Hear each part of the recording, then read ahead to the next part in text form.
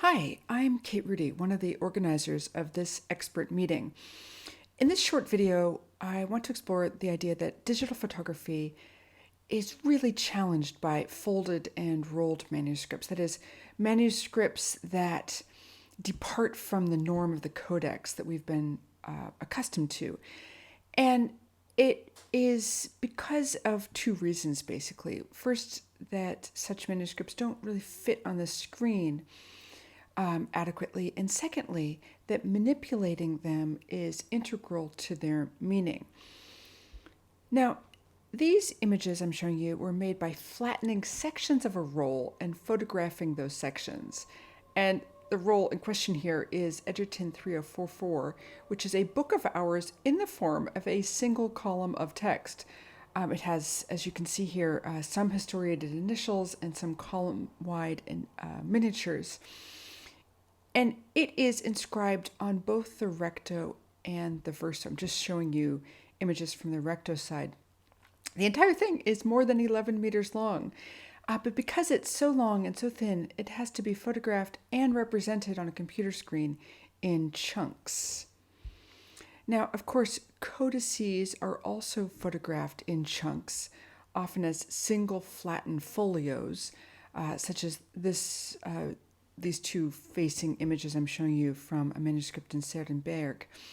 Now, in the past, these were photographed under glass in order to squish the uneven parchment into flat submission so that the image could be perfectly squared up.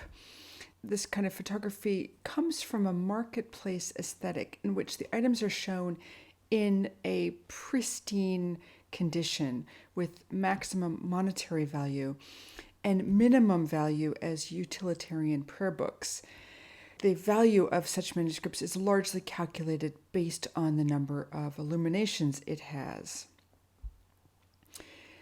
Now, alternatively, in an art history context, the resulting images are often cropped to look as much like panel paintings as possible so that the illuminated manuscript can take its place as the prequel to panel painting in standard art history surveys. Or, in other cases, the individual folios are stitched into what Saskia van Bergen calls artificial openings. And we can take these two images, stitch them together, and we get this that looks like an opening.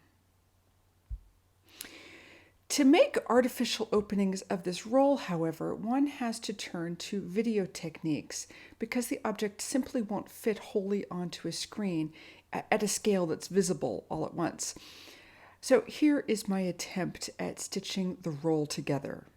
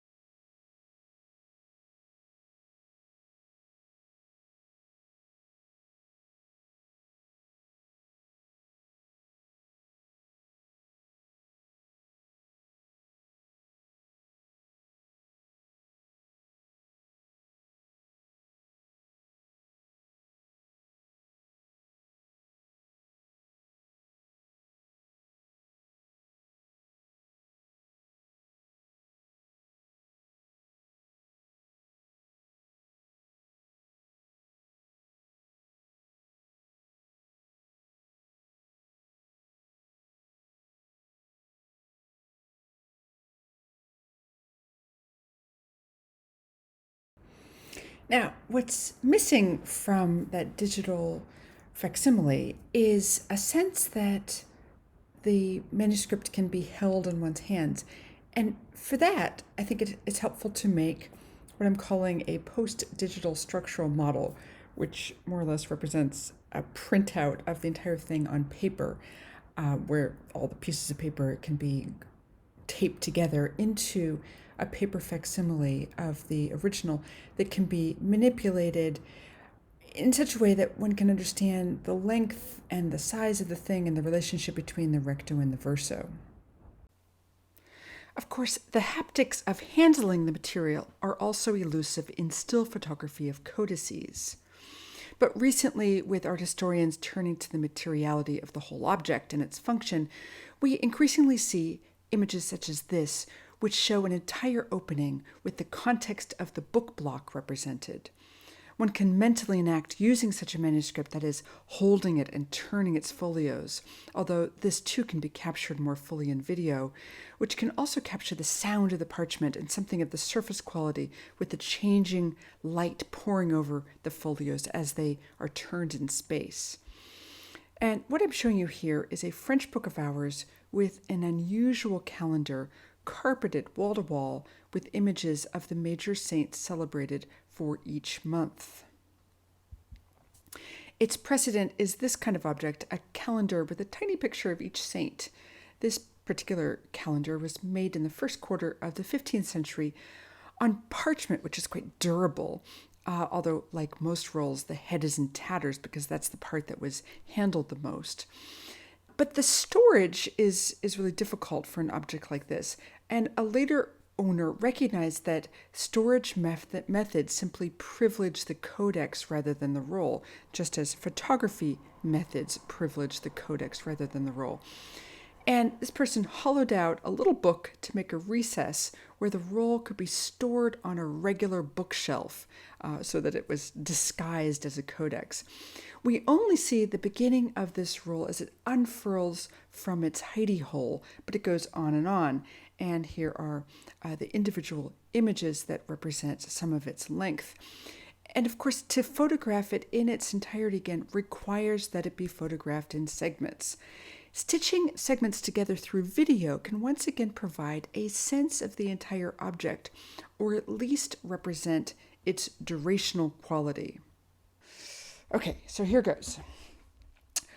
Circumcision, 3 Magi, St. Poncian, Fabian of Sebastian, Agnes of Rome, St. Vincent of Saragossa, Paul with a sword, Mary with the horn of a unicorn, Blasius with a horn, of course, Agatha with her breasts and pincers, St. Scholastica, Valentine represented by lettuce, St. Peter's key, Matthias, Gregory, Gertrude of Nivelle with a staff and a mouse, St. Benedict's hand, the Annunciation, Ambrose with a jar, Tibert, a shield with a cross symbolizing St. Victor, a shield with a cross symbolizing St. George, a winged lion and an inkhorn for St. Mark, Philip and James the Less with a palm, the invention of the cross, John and boiling oil, a crown for Pancras, a crozier for Servatius, Urbanus with a crozier, a staff for Boniface, Barnabas with a fire, a baptismal font for Odulf, scissors for St. Vitus, Lamb of God, tongue for Lavinius, a key and a sword for Peter and Paul, Thomas touching one of the wounds of Christ, a chalice for St. Martin, Margaret with a cross, 2 apostles for the Divisio Apostolorum, Mary Magdalene, Santiago with shell, St. Olaf's skinny battle axe, a key for St. Peter, Lawrence on a grill, Virgin Mary, a bald Bartholomew with a big knife,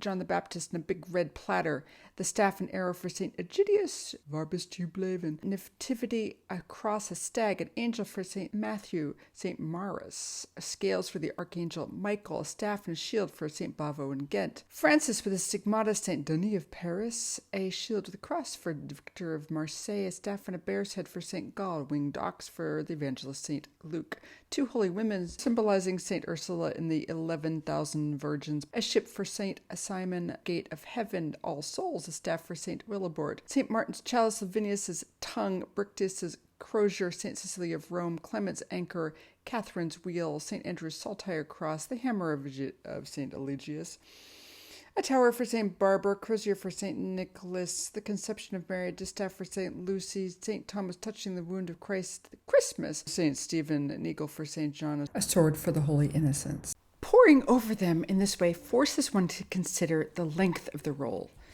And one can compare this calendar roll with a related object now in Ljubljana, which contains much the same information but in a quite different format. In this case, seeing the Ljubljana calendar in a fragmented way, as I'm showing you here, does not help to visualize what this thing is. Doing that will require a trip to Ljubljana through a mountain.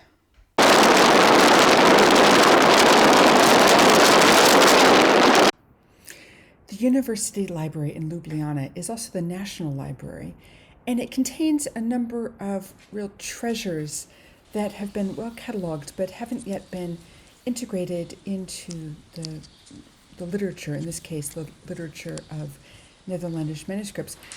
And from this little video that I made with my handheld camera, you can instantly see the scale of this manuscript. You can see that it fits into the palm of my hand, and you can also get a sense of its manipulability and its function, that it comprises a series of squares of parchment that have been folded into quadrants and attached on one edge into a booklet, and that the booklets open, they have on the outside images of the labors of the month, and then they open up to show 2 months worth of calendrical information that is very much similar to that in the roll I just showed you, and they seem to be cut from the same cloth but in two quite different shapes.